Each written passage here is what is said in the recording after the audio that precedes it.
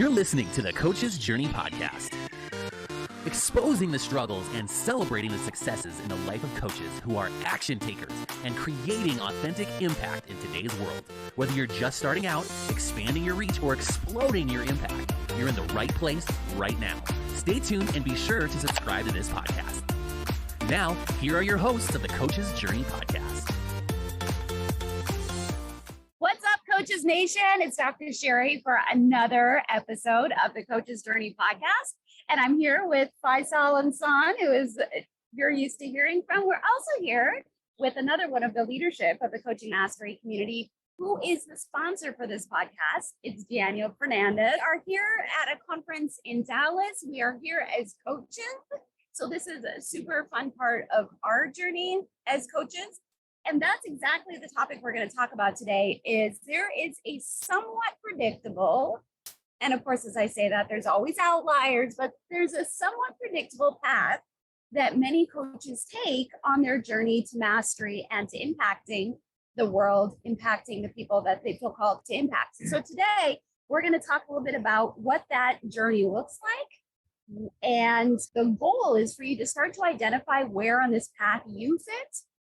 And then, depending on where you are in the path, what are the aspects of your professional, personal growth that might serve you best to focus on so that you can continue down your path quicker, with more impact, with more joy and excitement and all the good stuff. And more money. And more money. Don't forget, that is absolutely critical, because without money, how are you going to sustain the message, which is what Brennan Burchard says. Or is it the message or the message? The message. Without money, how are you going to sustain the message? And somebody literally just told us to go make money. Yes. That was a really cool synchronicity for today. Yeah. So let's start unpacking the beginning of the coach's journey and what are the aspects that a coach that would best serve a coach to pay attention to when they're kind of at the beginning stages. So part of this conversation came from we're rolling out an evaluation for our coaches who are coming into our community. So if you're going to have a conversation with me or one of the leadership team members to potentially join our community as a pro member or just explore that, one of the things that we're going to take you through is an evaluation process. And that evaluation process tells us where you are in your journey. And so we kind of look at a few categories of where you're at. One of the first areas we encourage you to look at, where are you at in your business, which means look at your history a little bit, recent history in the past 6 months to 1 year. What have you done? How much revenue have you made? Are you at 50K, 30K, 20K for the past year? Are you at 100K? Wherever you are, that is information that you can leverage, because if you're making that much, some things are working in there. That's not all the picture, but part of the picture. How many clients have you worked with in the past few months or since the beginning of your journey, if you're in the starting part of your journey? What's your pricing structure? Do you offer packages? Do you offer individual coaching sessions? Do you offer membership services or a combination of those? So really looking at some of those categories generally in your business and looking at what kind of clients are you working with? Are you working with corporations? Are you working with individuals? Are you working with entrepreneurs? Who are these people you're working at? It gives you some data as to where you are in your journey. And if you haven't made more than 30K, you're in the beginning of your journey. If you've only worked with 2 to 3, 4, 5 people, you're still in the beginning stages. It gives you a sense of where you are. That's just one category. Daniel, if you think about what's the importance of that, it's that you're going on a journey, right? We're here on the coach's journey, because coaching as a business, as a profession, even as a hobby, perhaps, is a journey. Like, to become a good coach, to be able to create impact in people's lives, there's a long-term journey for that. And most people, when they start thinking about coaching, they aren't necessarily aware of that. So it's really important when you're taking a journey to kind of know where you are, to really self-assess and figure out, like, well, if this is something I want for the long term in my life, and I would encourage you to think about that question, are you long-term trying to become a coach? Is that where your commitment is? Because if it's a short-term thing, you should think about, why are you on this podcast? Why you listen to? You came here for a reason, right? You have a desire to learn about coaching, to be a coach. And so really think about what's your long-term vision. And when you know that you want to be a coach long-term, that's a career path for you, taking stock of where you are at the beginning. I wish I had done that as a coach. Taking stock of where you are at the beginning relative to where you're trying to get to, from the perspective of a map that already exists that tells you where you're at in the journey is pretty important because it helps you know what direction to head in, right? If you don't have a map, you're trying to get somewhere, you may eventually get there. If you have a map, you're going to get there a lot faster. Absolutely. The way that I look at this, when we said the word assessment, it freaked you out because a lot of people have emotional responses to anything that sounds like judgment or it sounds like school. Like it sounds like it's worth like, oh my gosh, like a quiz, an assessment, a test. Like that scene in Hook, he gave me enough. That is not what this is. Imagine either if you can think back to when you were a kid, or if you're a parent and you have kids, you know what I'm talking about, where you go to the doctor and you've got these milestone appointments that you have with a physician to assess the developmental stages of your kid. Are they typical in height, in weight, in head circumference? Are they developing and they're walking and they're talking? This is what we're doing. This is not a judgment saying, oh, you only make X amount of money last year. This isn't a judgment. This is just to help you get clarity on where you are developmentally so that you can make some intentional decisions about where you want to go from here. So it is just to kind of to help you see what is so that you can more intentionally move to what will be. Can I just add really quick? Absolutely. If you did have a reaction to taking an assessment, that's really important for you to notice. As a coach, the concept of feedback, even self-feedback, should not be scary. It should be something that you want and actively seek and welcome. And if that's something that you want to work on, that's going to be helpful. If you're sensing that you might need to work on this, that's going to be important to your journey as a coach, because when you're working with your clients, you're constantly giving them forms of feedback. And so they need to be okay with it. You need to be okay with it. You got to be able to role model that safety with feedback. So self-evaluating is a form of feedback. Yeah. And having other people help you with that is also a form of feedback. So that's part of the journey too. Absolutely. Yeah, for sure. That is okay if you're uncomfortable with that, because actually this journey is actually, if you're starting this out, you're in the beginning stages, it's actually quite uncomfortable. It's supposed to be uncomfortable because it was very comfortable. A lot of people would do it. Most coaches are not successful because they don't face these uncomfortable truths. So now I like the part that you said, Daniel and Sheri, that, okay, where you are now, but where are you getting to? And for many coaches, that's too vague where they're trying to get to. Just like the current assessment, we need you to get a little bit more specific. We're having a vision for your life. And if the coaching business is the thing that's going to sustain you, how is this doing that? That means you need to make a certain amount of money. So money is going to be a big part of that picture. So what do you need to make based on this business? You need to make 100K. Do you need to make 200K, 300K? And what's the timeline there? How many clients will you be working with on a consistent basis? And are they going to be individual, group? Are you going to have different forms of programs, courses, books, whatever you have? Like, you need to be a little bit more specific as to what that is. And then bring that long-term back to, okay, what does that mean for the end of the year? What do you need to hit by the end of the year for you to be on track for that vision? So that means how many clients would you need to have? And a lot of times when I ask coaches that, they're not clear on how many clients, how much would I charge, what's my pricing structure, what kind of packages do I offer? You need to be clear on that, because if you're not clear on that, you don't know what you're offering. So think about some of those questions. What's your vision? And then based on that vision, what's your goal for the end of the year for your business? How many clients? Are they individual? Are they group? How much are you charging each of them? How are you offering? What is your package like? Is it per session? Is it a structured package, or is it a membership model? What is it like? Do some of that work, because it'll help you become clear on that journey. You want to add anything? And not only like, what does your coaching world look like? What does your life need to look like? Yeah. What do you want your life, and how would that, like, that's not in isolation from the rest of your life. No. All of it comes together. And by the way, what you think it is now is going to change, and that's okay too. But thinking about where to head on the map, there's a variety of different destinations that are all valid and wonderful, but how do you tailor where your destination should be right now? We are actually going to unpack some of these stages a little bit more in some future podcasts over the next few weeks. So stay tuned for that. So this is kind of roughly the beginning. Faisal talked about, if you only had maybe a handful of clients. So we're calling that kind of the beginning stages. So, gentlemen, when somebody has now, one of our coaches who's listening has, I'm like, I've had 10 clients, maybe I've been doing this a year and I'm getting like 1 to 2 a month. I'm starting to get some predictability. Maybe it's not as awesome and as fully impactful as they want, but what is that next stage?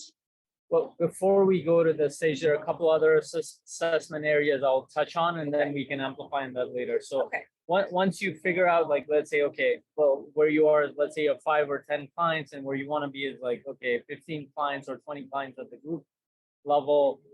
I want you to do a more micro, more in-depth assessment of where you are in these categories in your business. Today, you mean? Today, yeah, today. So just draw out something. You can draw out like a circle with 3 sides, circle with 3, like a pie chart with 3 compartments. Assess marketing. There's 3 categories there. There's marketing, there's sales, there's delivery. So what I mean by your marketing is going to be, how are you putting yourself out there? Are you doing this in person? Or are you doing it virtually? Or is this a combination of the two? Part of the reason why we're here is we're actually promoting ourselves as coaches. We're speaking on stage, we're delivering sessions, we have a booth here. So we're promoting a coaching mastery community and the coaching services that we offer to them. So that's the marketing part. So how are you marketing yourself there? And then there are other components in there, but generally, where do you, on a scale of 1 to 10, where are you at? And what's your activity there? And your comfort, your confidence level. Yeah, comfort and confidence levels. Basically, that's gonna help you understand, okay, where are you at in your marketing? And you want to judge, like, how confident are you on a scale of 1 to 10 in that area? Can you promote yourself to a level where you can get consistent people reaching out to you, or you connecting with consistent people so you can convert them on the next part of that pie chart, which is the sales, that you can actually have conversations with them, whether you're doing it at a group level or one-on-one level. You're bringing in leads into your business. You have a flowing process to bring leads into the sales part of the pie.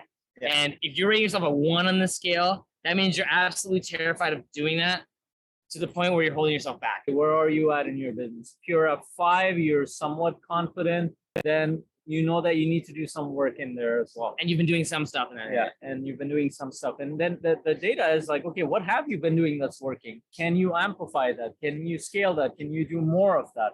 And if you can, great. Usually you can do more of what you have been doing that's working. But if you need to come up with new solutions, you can work on that as well. So marketing and sales are usually the things that coaches don't think about and are scared of and don't necessarily believe in, like the marketing, sales, and delivery. Think about delivery. That's where you do the coaching. That's the thing that we all love doing as coaches. And I would say, like, if you're in the place where you know that you want to coach, or you feel like you could be a good coach, or you are a good coach, but you aren't thinking about marketing and sales as a business person, then it's going to limit your ability to be in the delivery part of the pie. So I just wanted to point that out. And it's okay if you're scared of those things. It's also okay if you're doing some of them. Wherever you are on the scale of 1 to 10, it's okay where you are, because everybody starts from a certain point on the map. And so to get you to the delivery, and as coaches, there's a journey there. There's a journey there of learning, right? You get good at something after working through it. We're all learning too. Like, even when you're, quote, achieving success by your metrics, there's still more journey and more learning to do. So that the learner's mindset is really important. Yeah, that's part of the reason why I love this journey, because you're consistently learning, whether it's about the marketing phase of it, sales part of it, delivery part of it. I don't think the learning, if you're going to be a master coach, if you're going to be on that journey, I think that, first of all, that's not a destination. That's like, you're on that path and you're developing yourself consistently. That's one of the main reasons why I love this path, because you connect with amazing people like we are here. You learn from each other, you see each other's skill sets, you see each other. And I'm going to do a session, we're all going to do another session together, and we're going to give each other feedback. Like, that feedback process helps us grow. No matter how masterful we might think we are, there are things we're going to do well, there are things that we're going to suck at. And that is normal. And we're all at different phases of that journey, and that's okay.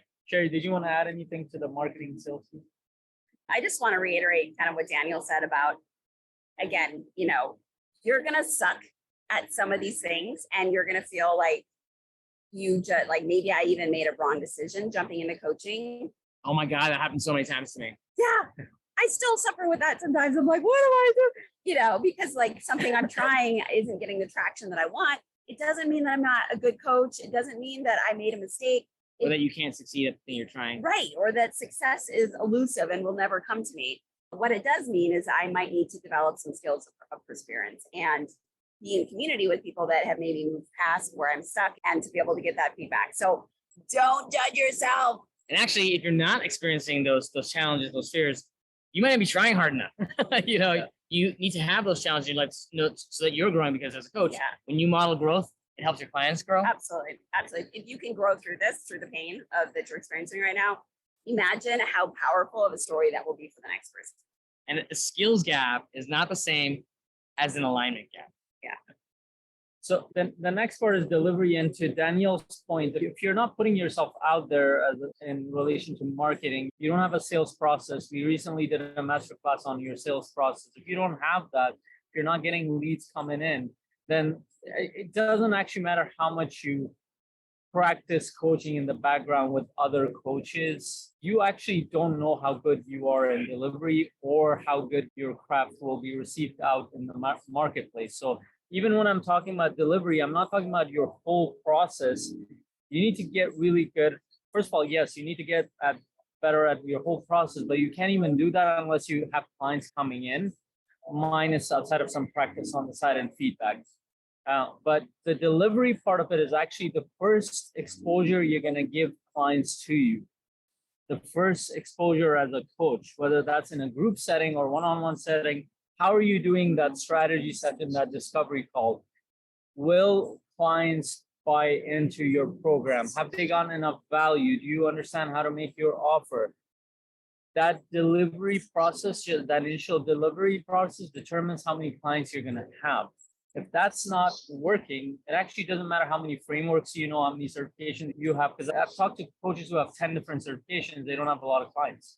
But can you differentiate when you say delivery and you talk about specifically about the discovery strategy session, versus marketing and sales? So that first session is often a sales too, right? So it is a if you're talking about the three parts of the pie, just clarify what you mean. Yeah, so that first call is a sales call. So technically it's also part of the sales process, but it's also, there's a lot of coaches will say, for example, that, oh, you know what, I'm not really good at the sales part of the coaching.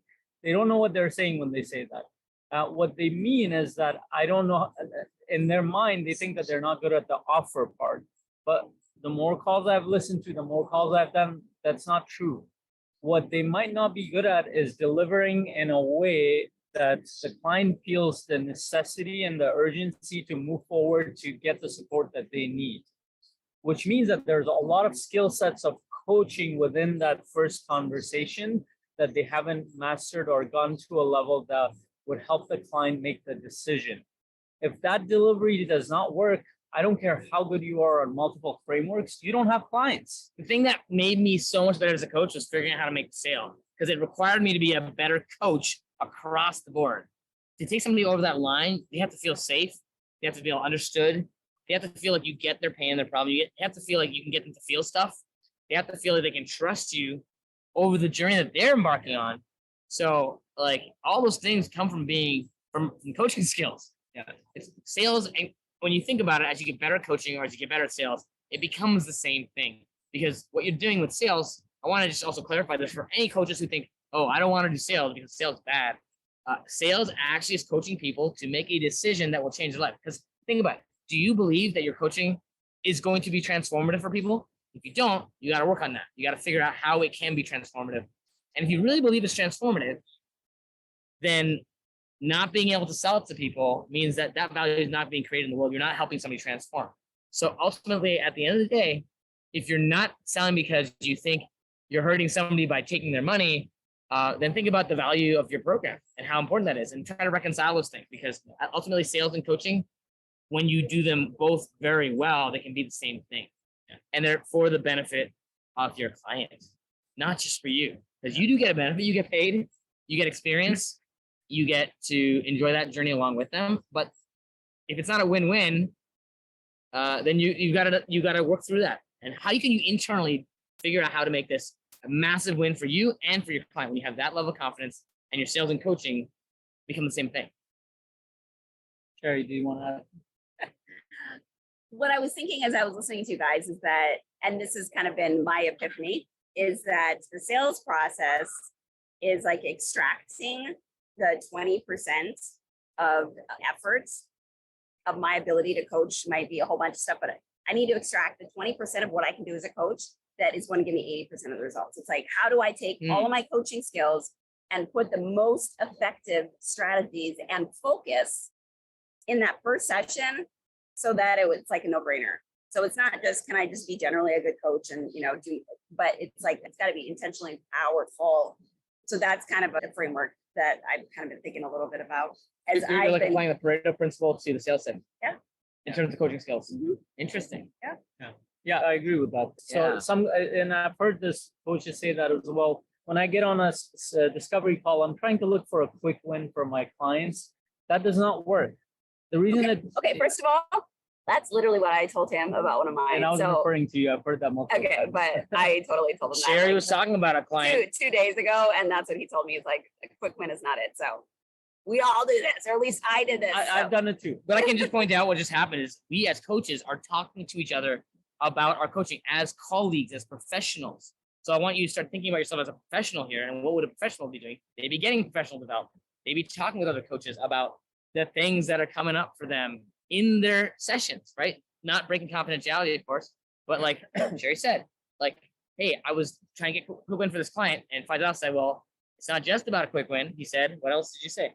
So what Sheri said right now is that 20% that you can use as a leverage. So what I look for in a discovery call is actually, I do quite a bit of discovery in a session. That's the feedback I give Sheri. I do quite a bit of discovery, which means I'm trying to go into different parts of the life to figure out what is the big hairy problem for them that they've been trying to solve and they don't know how to solve it. They don't know who else to go to, that they might have a breakthrough or an insight for, not even solve it, have a breakthrough or insight based on that, and maybe plus a quick win in another area. Can I clarify what you're saying? I think because this is pretty important for discovery sessions. It's like, you can't solve everything in one session, because if they could solve everything that fast, it would be solved. And sometimes when you get a quick win, they think they solved everything, but they haven't, because there's so many other things going on because they have a complex life and it's related. So if Faisal, correct me if I'm wrong here, I think you're getting at, if you can help them see the map for themselves and find the really big obstacle that is really big that they got to find some way to overcome, and you can actually create a breakthrough about that obstacle, maybe not solve the whole thing because it's probably not possible. And then also somewhere else on the map, create them a real fat quick win somewhere else. And then they can see you can do those quick wins, those lasers, and you can also like really address the big hairy problem that you referred to, which is like that big obstacle in their life. Oh, well, if we can make progress today, then we can make progress in the future. Yeah. And if we keep on doing this together, that big problem that's really hurting me, that's the real pain that I have, is really going to be solved by the coaching program, which probably is not possible to solve in the single session. So, right? Can I give an example? Yeah, please. A quick example of that. So I had That's what you're saying, though, right? Yeah, that's what I'm saying. So I had this person who came in and did the session with me. And as I'm going through the discovery call, and one of the first questions that I ask you, I get them to lay out like what are some of the challenges in their life. And they talk about that, or what are the areas they need to grow in. I spend a little bit of time there, and then I go into their perception of what's going on in their life. What are they happy with? What are they truly unhappy with in their life? And when I went to that with this client, she immediately like paused, and I could tell the emotions on this client's face. And she's like, I haven't seen my son for 18 years. And she went into that. And as I'm hearing this, I'm like, oh shit, this is a very difficult area. I got to go into a lot of the areas. I want to explore this. And I went through that, and I knew I could not solve this. But if I could get her to take a step in the right direction or make a decision, that would be amazing. And we did. And by the way, this was not even she didn't become a client then. This was about 4 months ago, 3.5, 4 months ago. She made a decision. She said, by the end of it, she's like, there are things I hate that we went through this conversation, because she was in pain and I could feel it, I sense it. And there are things I disagree with you. There are things that I see that I could not see for 18 years. But what she became open to, she's like, I'm going to reach out to my son. And 3 months later, she found the courage to, I kept checking in with her. She found the courage to reach out to him and she saw him. He did not want to have anything to do with her. It's a very complicated process. But when she came back, we had a follow-up call. I'm like, what happened? She was emotional about it. She's like, I just needed to see him. I didn't need anything else from him. I just needed to see him. That put my heart at rest. Now I can deal with all these other things. Like that was a big, hairy problem. And this is even before she's paid you. This is before she's paid me. Yeah. 3 months later, she signed up for my coach. 3.5 months or so later, she signed up for my coach. Now we're working through that and a lot of other challenges. You never know how long it's going to take, right? You don't know. And that's the other thing. It's like I'm not attached to when they sign up, but I want to take them through that journey. That's something I learned from Steve Chandler is that when you do your first session versus the continuation of that, they shouldn't be able to tell the difference. That you're doing It's all the same stuff. It's all you're just continuing the same conversation. Do you need help with that? And that was just an example of that. But that was not an easy thing for me to go towards. Didn't even fully feel confident that we could get somewhere because it's been 18 years. And you even mentioned I've gotten a lot of help in this area. But I'm like, if we can help her make one decision, that would change her life forever. That has brought her closer to her other family members. That has put her heart at ease. She got closer to her faith because she started. I want to know what it's done for you as a coach. How do you feel with that? Like what has that done for you as a coach? Good thing I have my glasses. I can see behind them. I can tell. So I feel like this is why I do this, because what it did, she got re-engaged in her life. She was waiting for years for her son to complete her life. She didn't need to do that. She was disconnected from her faith, from her other children, from her, because she was kind of waiting for this one part to fix, which was not in her control to begin with. So when she did that, when she saw him, she saw that, you know what, I was giving all the power to him. He has his challenges, I have my challenges, but what if I left part of this to God? And what if I refocus on be grateful for the people that are in my life? So she actually became closer with her other children, with her husband, other people, and you can tell her energy is completely different. To me, that means the world. I brought a family together. And now she's doing other stuff in her community. Her energy is freed up. And that, for her, is priceless, but for you, it's priceless also. Like, that's what we're here for, right? So like For that impact. this is the essence of why the coach's journey can be so impactful and why so many of us stick with it, even through the hard, difficult times in the beginning, in the middle, even when we're successful, problems still come, challenges still come. It's just at a different level. Now, there is a whole lot more to unpack around the coach's journey that you're experiencing, depending on where you are in your journey. But we're going to save those for another episode. So if you are identifying with a lot of the things we talked about, are identifying with, kind of being towards beginning stages, maybe you haven't even jumped in yet, maybe you don't have a certification yet, maybe you have one and you haven't gotten a paid client yet, or maybe you've only gotten a couple paid clients, but you're like super discounting because you're not super confident, like, can I really charge a certain amount?